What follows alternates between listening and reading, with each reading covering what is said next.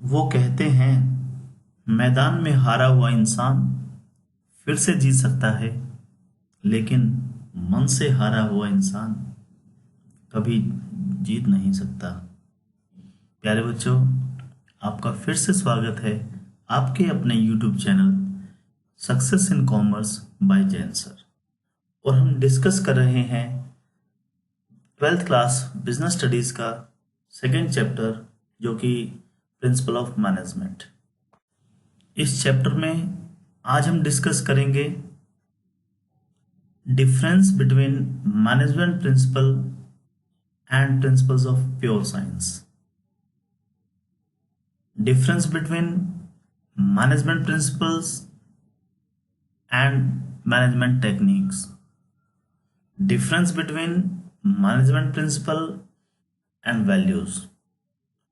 और लास्ट में हम डिस्कस करेंगे इम्पॉर्टेंस ऑफ मैनेजमेंट प्रिंसिपल्स। तो सबसे पहले हम स्टार्ट करते हैं कंपैरिजन से। मैनेजमेंट प्रिंसिपल को हम कंपेयर करेंगे principles of pure science. Pure science मतलब physics, chemistry, biology. Management principle जो है वो फ्लेक्सिबल है। Flexible means these are applied on human beings. इनमें चेंज हो सकता है, इनकी इंटरप्रिटेशन एक मैनेजर अपने ढंग से कर सकता है। एक मैनेजर जब इन प्रिंसिपल्स को अप्लाई करता है तो कहीं ना कहीं वो उसमें अपनी क्रिएटिविटी अप्लाई करता है ताकि उसको अपने मनचाहे रिजल्ट मिल जाए। परंतु जब हम बात करते हैं साइंस के प्रिंसिपल्स की, वो रिजिड हैं, दे कैनॉट बी चेंज। और इसमें एक साइंटिस्ट जो है वो अपने क्रिएटिविटी को यूज नहीं कर सकता। जो प्रिंसिपल सेट किया गया है, न्यूटन ने जो लॉ बनाए हुए हैं उनको एज इट इज ही अप्लाई करना पड़ेगा। उसमें कोई साइंटिस्ट कोई अपने हिसाब से कोई चेंज नहीं कर सकता। सेकंड कंपैरिजन, मैनेजमेंट के प्रिंसिपल्स को हम कंपेयर करेंगे मैनेजमेंट की टेक्निक के साथ। जो मैनेजमेंट के प्रिंसिपल हैं, these are just guidelines to take decisions while using techniques। Means जो मैनेजमेंट की टेक्निक्स को यूज कर रहा है एक मैनेजर, उन टेक्निक्स को यूज करने के दौरान जो गाइडलाइन फॉलो करता है वो गाइडलाइंस ही मैनेजमेंट के प्रिंसिपल्स हैं। फिर टेक्निक क्या है? Technique, these are the series of steps or you can say methods to achieve desired goal। For example, management की एक टेक्निक है फैटिग स्टडी। फैटिग स्टडी में यह पता लगाया जाता है कि एक वर्कर जब काम करता है तो वो थक जाता है। तो थक जाता है तो उसकी एफिशिएंसी कम हो जाएगी। अब जब एफिशिएंसी कम होगी तो कैसे वो अपनी एनर्जी को रीगेन करे ताकि वो उसी एफर्ट से काम करे जैसे पहले करा था। तो ढूंढा गया कि भाई इतने रेस्ट इंटरवल हो, आराम का टाइम पीरियड हो, और हर आराम का जो समय होगा वो कितने का होगा। तो वो क्या हो गई? वो टेक्निक हो गई। पर उस टेक्निक को अप्लाई करने में जिन जिन प्रिंसिपल्स, जिन जिन गाइडलाइंस का यूज किया गया वो प्रिंसिपल हैं। इसके बाद हम डिस्कस करेंगे principles of management and values. इनको कंपेयर करेंगे। जो प्रिंसिपल्स हैं उनको एक दिन में नहीं बनाया गया कि भाई जस्ट चलो भी ये आज से प्रिंसिपल है, ये एक नियम है। ऐसा नहीं है। सिद्धांत ऐसे नहीं बनते हैं। सिद्धांत बनते हैं एक गहन रिसर्च के बाद, काफी टाइम तक एक्सपेरिमेंट्स होगा, और तब जब रिजल्ट सेम आएगा हर बार, तब जाके उसको मान लिया जाएगा कि हाँ ये सच है। तो बेसिक ट्रुथ हो जाते हैं। जबकि वैल्यूज को हम मॉरल वैल्यूज भी कहते हैं, जो कि किसी भी समाज में उसको एक्सेप्ट किया जाता है, वो उस समाज का रिवाज बन जाता है। मानोगे तो अच्छा है, नहीं मानोगे तो बुरा है। Common practice. तो इसलिए हम वैल्यूज को मोरालिटी के साथ जोड़ देते हैं जो समाज के लिए डिजायरेबल है। एक आदमी शराब पीता है, किसी समाज में शराब पीना कोई बुरी बात नहीं है, परंतु हमारे समाज में शराब पीना एक अच्छी आदत नहीं है, अच्छा नहीं माना जाता, वो बैड वैल्यूज में आता है। बड़ों को नमस्कार करना, उनके पांव छूना, ये हमारे वैल्यूज में आता है। अब कोई कहे कि पांव छूने से क्या होता है? कुछ नहीं, बस ये हमारे समाज ने बना दिया कि भाई हाँ, पांव छू, बड़े के आदर होगा। तो ये वैल्यूज है, जबकि प्रिंसिपल जो है वो तो एक्सपेरिमेंट से बनाए गए हैं। Now we will discuss significance और importance of principles of management. बड़े इंपॉर्टेंट है प्रिंसिपल्स ये। क्यों इंपॉर्टेंट है? 6 पॉइंट है हमारे इंपॉर्टेंस के।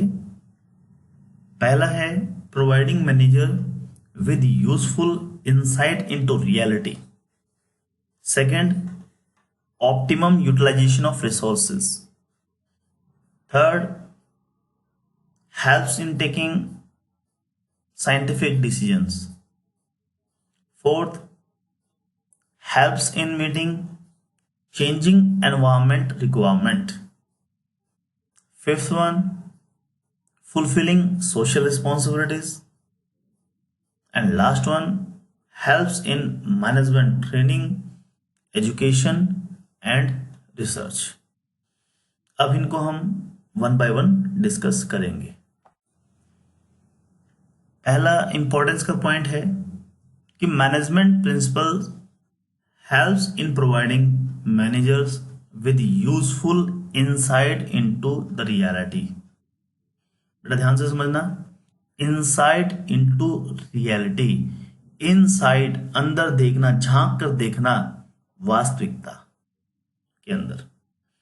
अब वास्तविकता तो कब होगी? फ्यूचर में होगी, पर आज हम प्रेजेंट में हैं।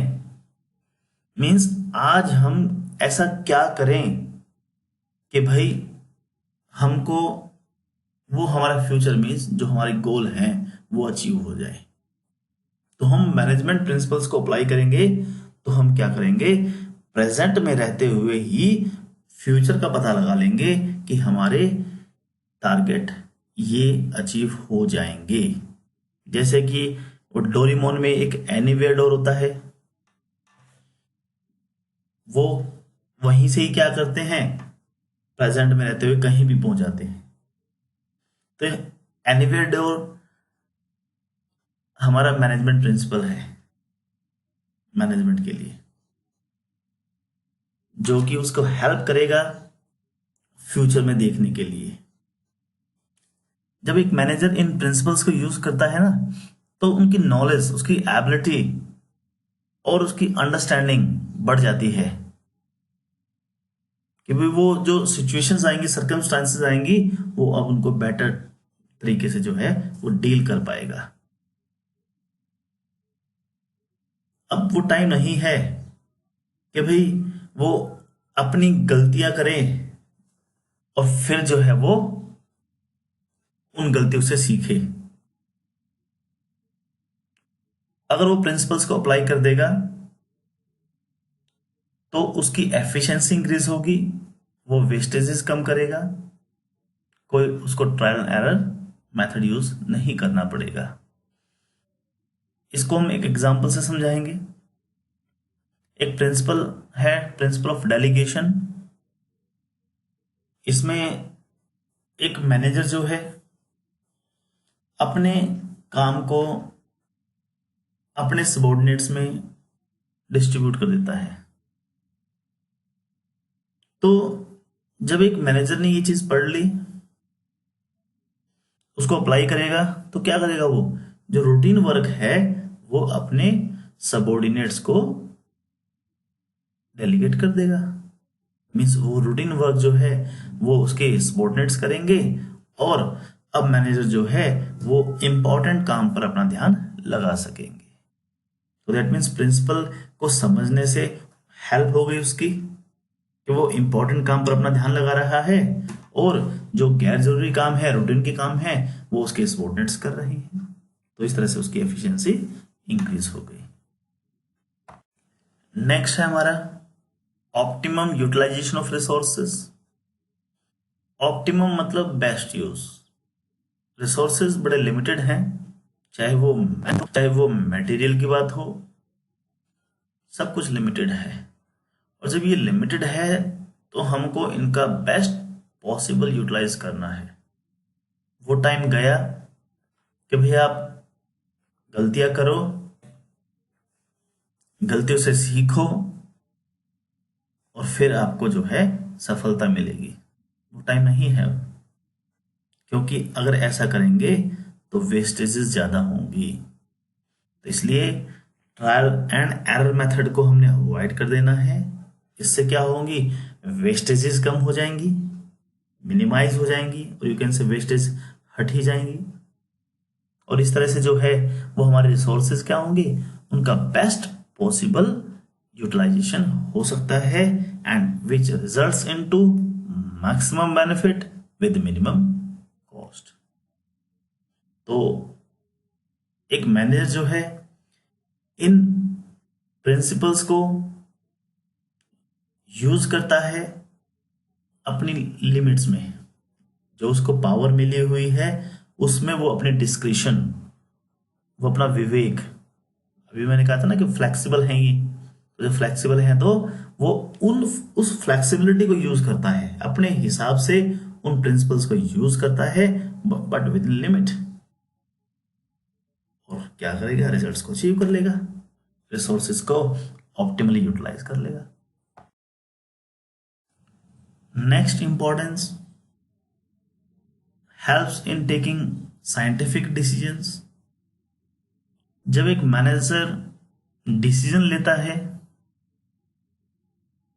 तो वो अब्रप्टली भी ले सकता है और वो फैक्ट के बेस पर भी ले सकता है। तो जब वो डिसीजन लेगा फैक्ट्स के बेस पर, लॉजिक के बेस पर, खाली ब्लाइंड फेथ नहीं कि भाई हाँ मैं जो कह रहा हूँ बिल्कुल सही है, जो मैं डिसीजन लूंगा वो बिल्कुल सही है, ऐसा नहीं। अगर वो लॉजिक के बेस पर डिसीजन लेगा तो वो डिसीजन साइंटिफिक कहलाएंगे, और साइंटिफिक डिसीजन जो है वो प्रूव हो सकते हैं, उनको हम जस्टिफाई भी कर सकते हैं, उनको इवेल्युएट भी किया जा सकता है।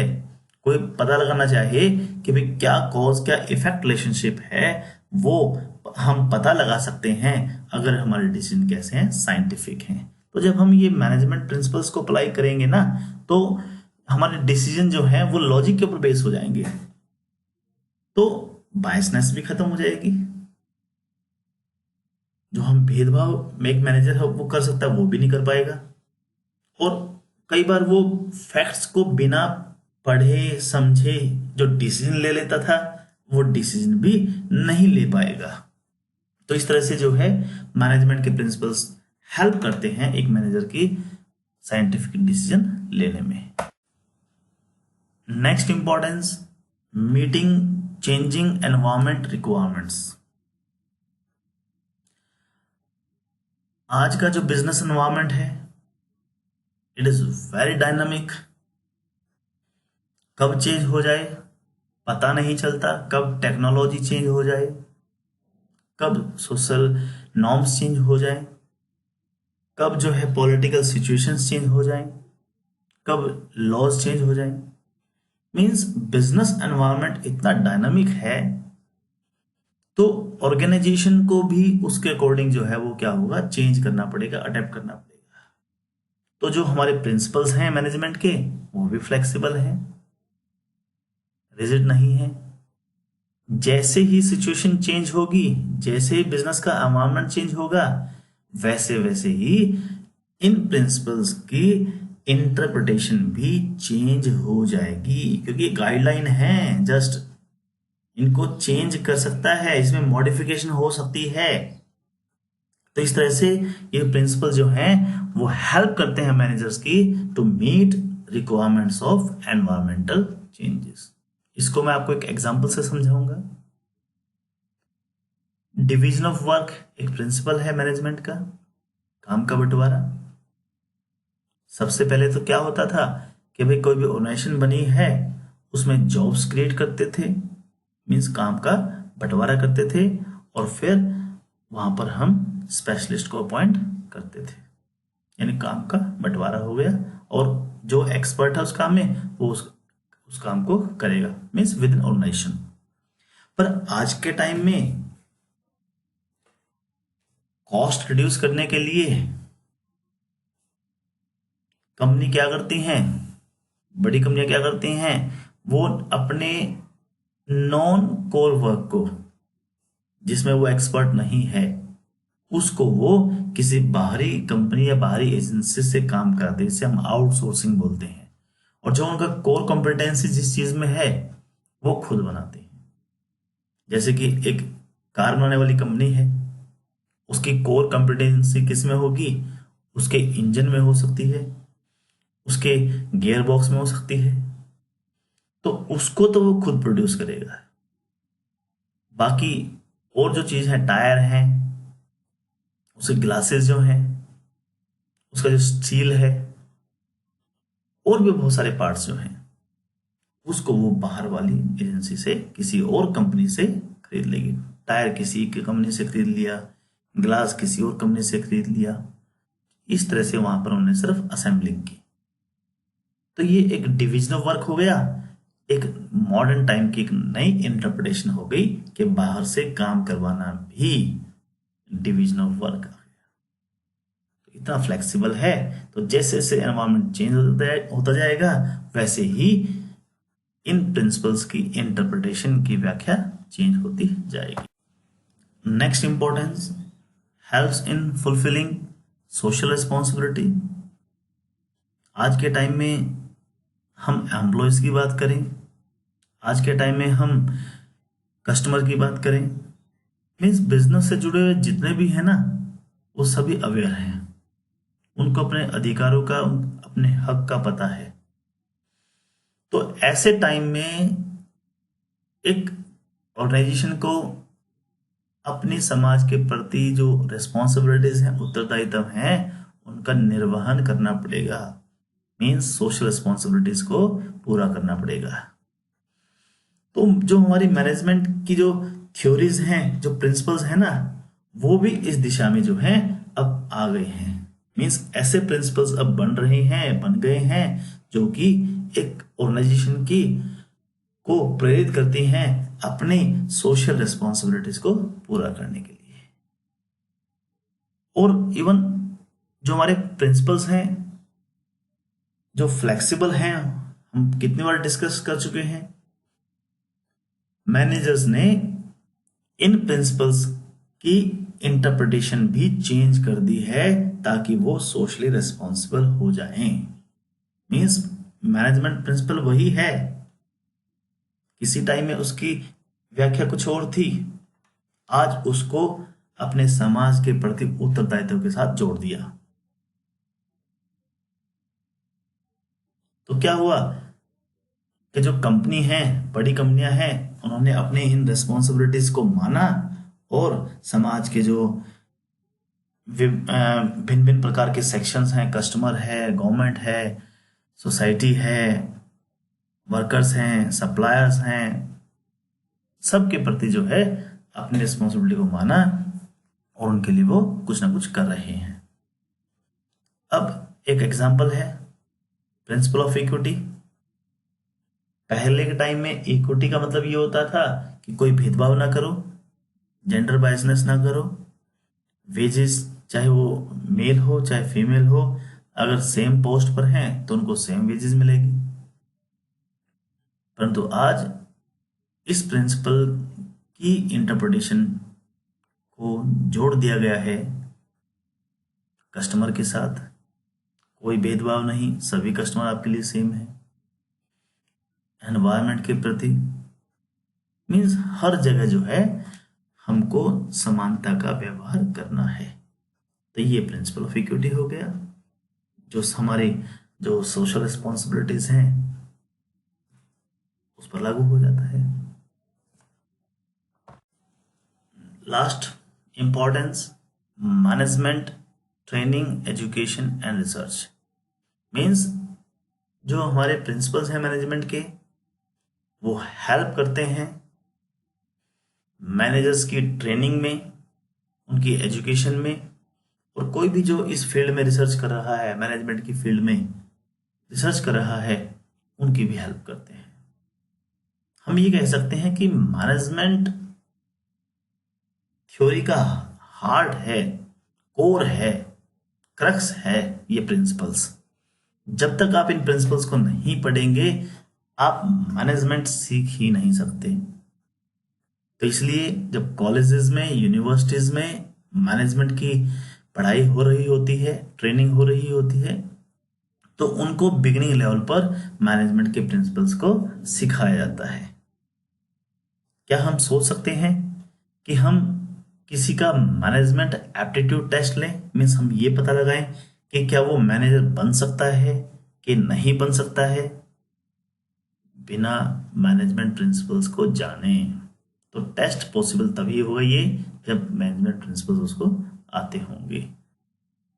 तो इसीलिए जब हम बात करें बीबीए की, एमबीए की, तो मैनेजमेंट इंस्टीट्यूट्स जो कॉलेज हैं, यूनिवर्सिटीज हैं, बिगिनर लेवल पे उनको ये प्रिंसिपल्स पढ़ाए जाते हैं। इसके बाद रिसर्च की बात करेंगे। इन प्रिंसिपल्स को यूज करते हुए इन प्रिंसिपल्स पर खूब रिसर्च हुई, और रिसर्च होने के बाद नई नई टेक्निक्स डेवलप हुई, जैसे कि जापानीज टेक्निक है JIT, just in time and kaizen.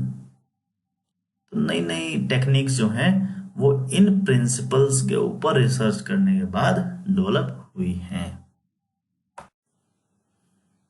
I hope students आपको टॉपिक समझ में आया होगा। अगर आपकी कोई भी क्वेरी है, कोई भी डाउट है, कोई सजेशन है, तो आप मुझे मेल कर सकते हैं मेरी मेल आईडी पर। Mail ID jainsir.waytossuccess@gmail.com। Thank you.